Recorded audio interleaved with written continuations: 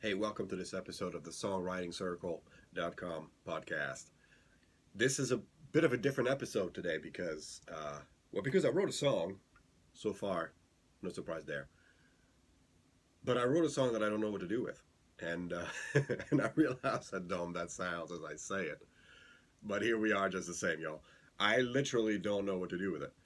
And the reason for that, and maybe this has happened to you before, maybe you can relate. The reason for that is very simple. It's not the song I thought I was writing. I set out to write a song, and lo and behold, another song got written. And so now I'm trying to figure out what that song is and why I wrote it and what I'm supposed to do with it. And um, so I figured that would be a good thing to share because maybe you've been in that same boat, and maybe you can comment and let me know what you did when that happened to you, because I would love to know. Because right now I'm thinking I'm probably never going to record a song. It's probably not even that good anyway, so it doesn't matter. But so I thought we would go through the song and and try and figure out the heck happened there. So anyway, to your health. It's only coffee. So disappointing. So here goes the song. My favorite bar was a dive, to be fair. It was run by a good old boy named Blair. Blair knew the meaning of a heavy pour. God bless him. He served bad whiskey, but I still wanted more. I still wanted more, but you get what you pay for. I still wanted more. I still wanted more.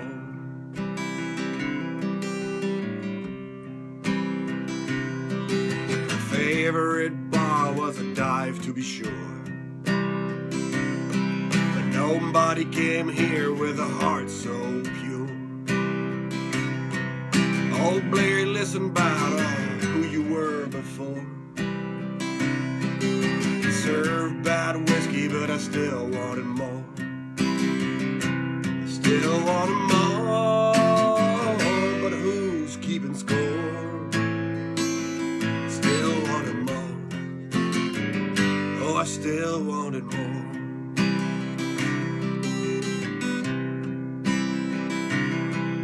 My favorite bar was a dive, truth be told. But nobody came here cause they hoped to live old. Blair, he would cough, then spit red on the floor. He served bad whiskey, but I still wanted more. Still wanted more. You get what you pay for. Still wanted more. Yeah, still wanted more.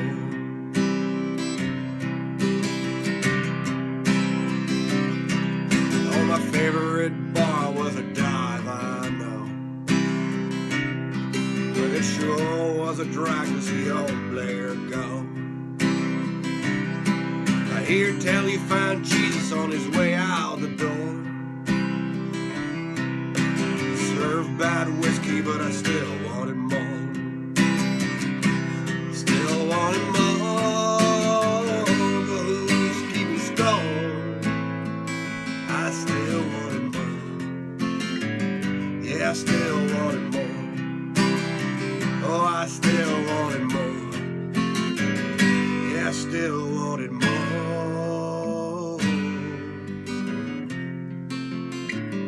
I still wanted more.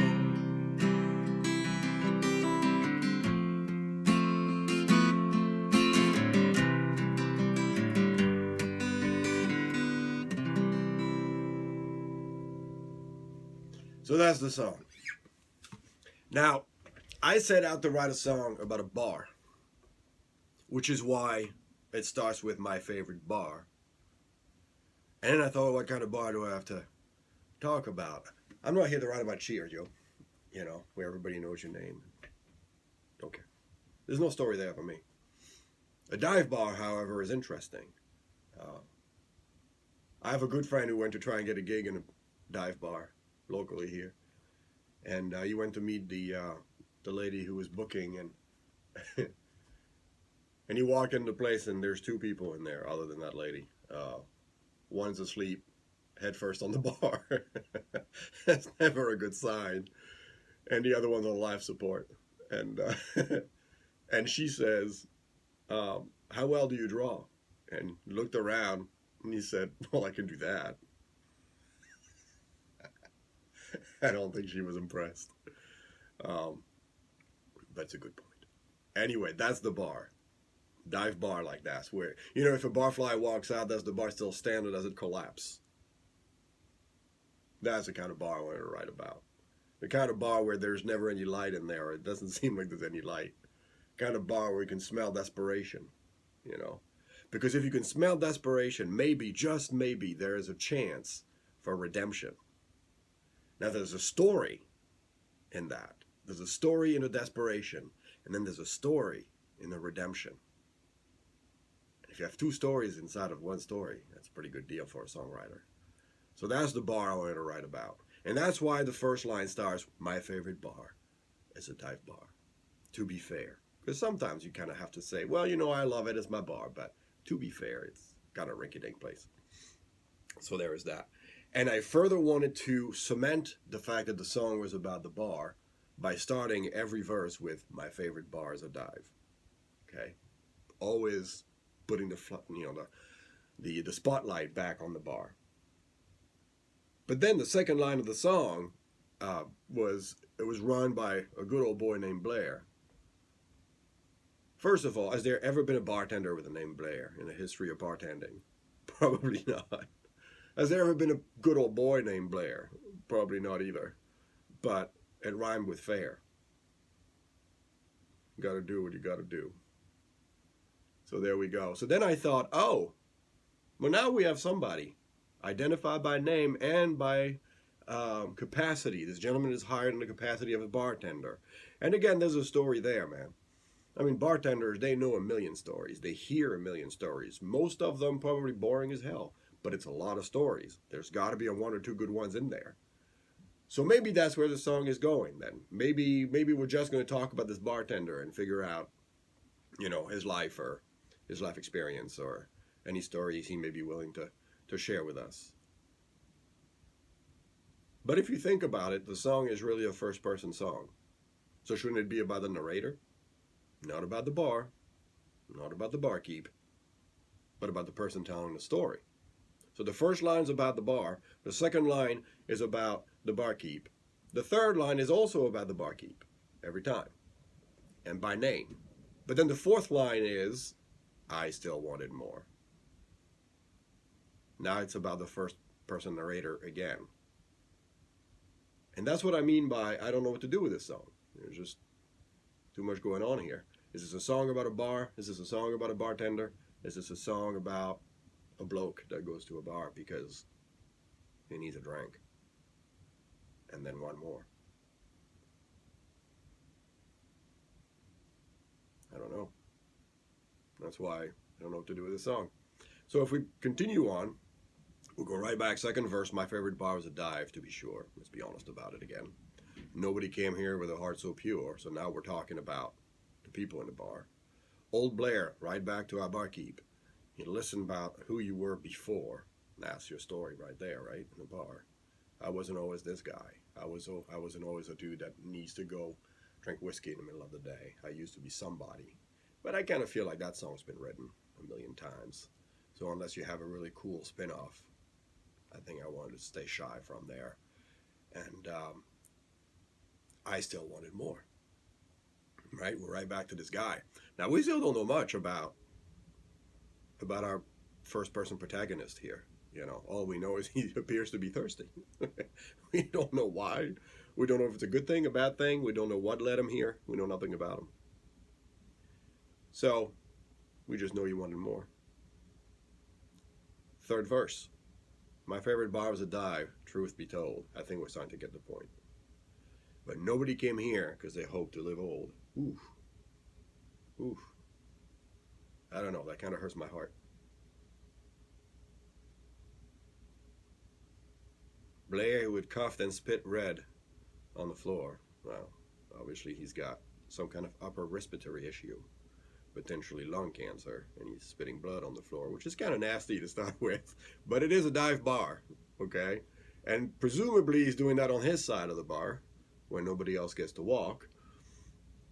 Still kind of gross. Anyway, he served bad whiskey, and I still wanted more. I like that line. I like the idea of, I'm fully aware of how substandard this is. But in the moment, gasoline will do. You know, that's telling a story without telling a story. That's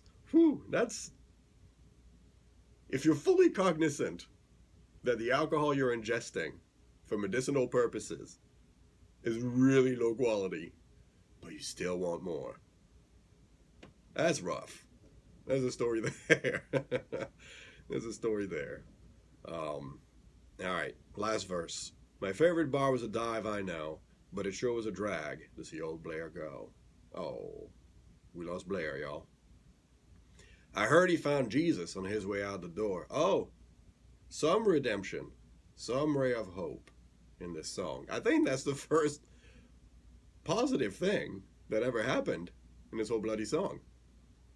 It went from bad to worse pretty fast, right? And but finally, something positive. I hear tell he found Jesus on his way out the door. He served bad whiskey, but I still wanted more. Even after Blair's gone, and even after we could rejoice for him that something good finally happened to him, our first-person protagonist is still thinking about, buddy, he made his escape. Good for him. It worked out for him in the end. I'm still here.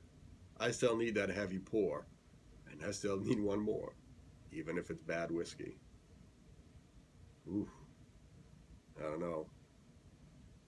You can also tell that this first-person protagonist is really not fully aware of what should be next or what could be next or whatever, because he says, I still wanted more, but who's keeping score? Buddy, you just mentioned that your friend who died found Jesus, and then you're going to ask me who's keeping score? Really? Really? Who's the best scorekeeper you know? Just saying. So anyway, that's the song. And I still don't know where it goes. I think it's a song about Blair.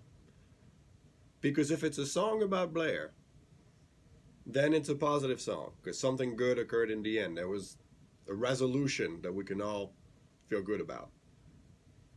About which we can all feel good, even. If it's a song about the first-person narrator, oof, that poor guy's lost. And I don't see any redemption in the song or anything pointing at redemption in the song. So it's just a story of being lost. I'm not sure I want to write a song that sad today. And if it's a song about the bar, then I don't think enough was said about the bar. The only thing we know is what? It's a dive bar. And some weird, lonely, desperate people seem to be roaming the place on a daily basis. Just because, while it's bad whiskey, that bartender has a heavy pour. So I'm going to go with it was a song about Blair. And I'm going to go with there's hope at the end. How's that? There's hope at the end. What a lovely concept. Thanks for watching.